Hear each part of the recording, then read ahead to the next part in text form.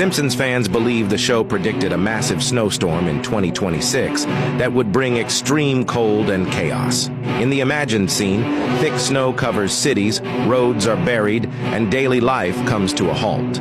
Power outages spread, transportation shuts down, and families struggle to stay warm indoors.